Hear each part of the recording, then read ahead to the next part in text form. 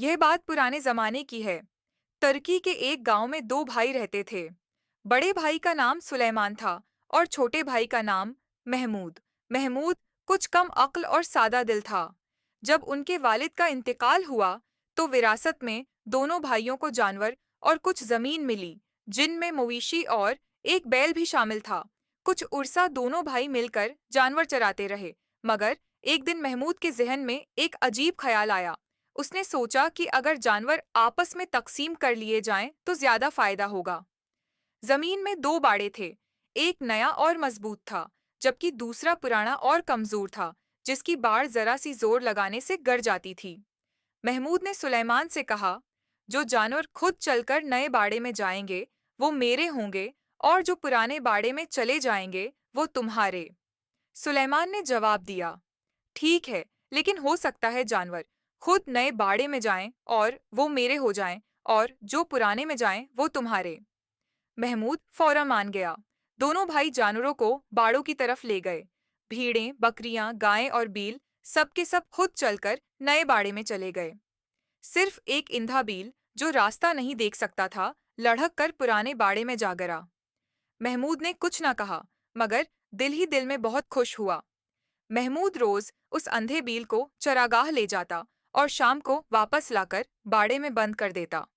एक दिन जब वो बेल को चरा रहा था तो अचानक हज़ार का तूफान आ गया। एक बहुत पुराना दरख्त जोर जोर से हिलने लगा और चरचराने की आवाजें आने लगें। महमूद ने गुस्से में दरख्त को डांटा, मगर दरख्त मुसलसल चरचराता रहा।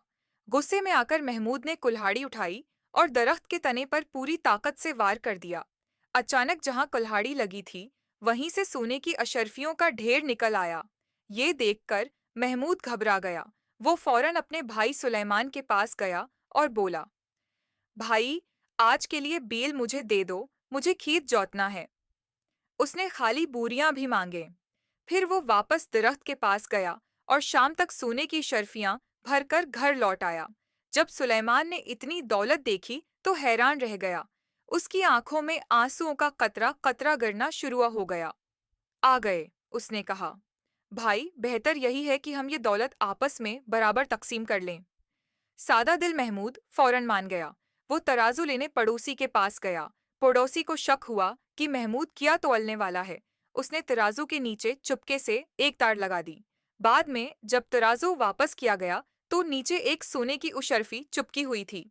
यूं पूरे गांव में ये खबर फैल गई कि दोनों भाइयों को खजाना मिल गया है।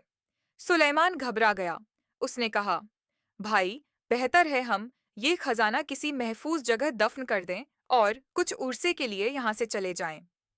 दोनों ने घर की छत में गड्ढा खोदकर सारा खजाना दफन कर दिया और रवाना हो गए। रास्ते में सुलेमान ने कहा, भाई, मैं घर का दरवाजा बंद करना भूल गया हूँ, तुम जाकर बंद कर आओ। महमूद वापस गया, मगर वो दरवाजा ही उखाड़ लाया और बोला, अब ना दरवाजा रहेगा, ना कोई खोलेगा। ये देखकर सुलेमान बहुत नाराज हुआ और समझ गया कि उस बेवकूफ के साथ रहना नुकसानदह है। उसी दौरान कुछ घड़सवार आते दिखाई दिए। दोनों भाई एक दरख्त पर चढ़ गए। महमूद दरवाजा भी साथ ले गया।